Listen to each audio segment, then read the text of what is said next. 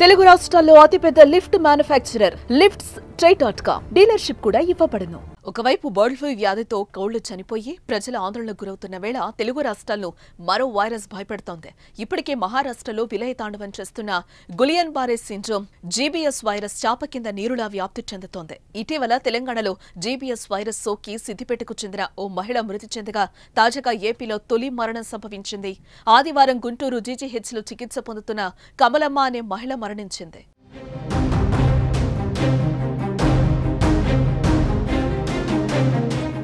ప్రకాశం జిల్లా కొమరోలు మండలం అలసందలపల్లికి చెందిన కమలమ్మ అనారోగ్యానికి గురైంది. జీబీఎస్ వైరస్ లక్షణాలుండటంతో టెస్టులు చేయగా పాజిటివ్గా నిర్ధారణ అయింది. ఆమె ఆరోగ్య పరిస్థితి ఆందోళనకరంగా మారింది. దాంతో ఆమెను కుటుంబ సభ్యులు గుంటూరులోని జీజీహెచ్కు తరలించారు. ఆమెను రక్షించేందుకు వైద్యులు చేసిన ప్రయత్నాలు ఫలించకపోవడంతో ఆమె ఆదివారం ప్రాణాలు విడిచింది. ఈ విషయాన్ని గుంటూరు జీజీహెచ్ సూపరింటెండెంట్ కూడా నిర్ధారించారు. ఏపీలో తొలి మరణం సంభవించడంతో ప్రభుత్వం అప్రమత్తమైంది. మృతి చెందిన కమలమ్మ గ్రామంలో ప్రజలకు వైద్యులు అన్ని పరీక్షలు నిర్వహించారు. కానీ ఎవరికీ వ్యాధి లక్షణాలు కనిపించలేదు.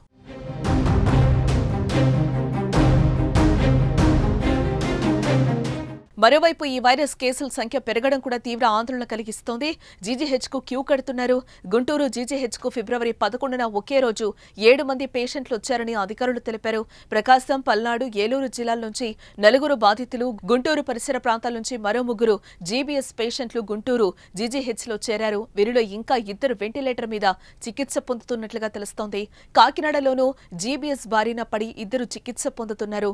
జీజీహెచ్లో చేరిన 8 ఏళ్ల పాప ఈ సిండ్రోమ్ నుంచి కోలుకుని డిశ్చార్జ్ అయ్యి వెళ్లిపోయినట్టు జీజీహెచ్ సూపరింటెండెంట్ రమణ యశస్వి తెలిపారు.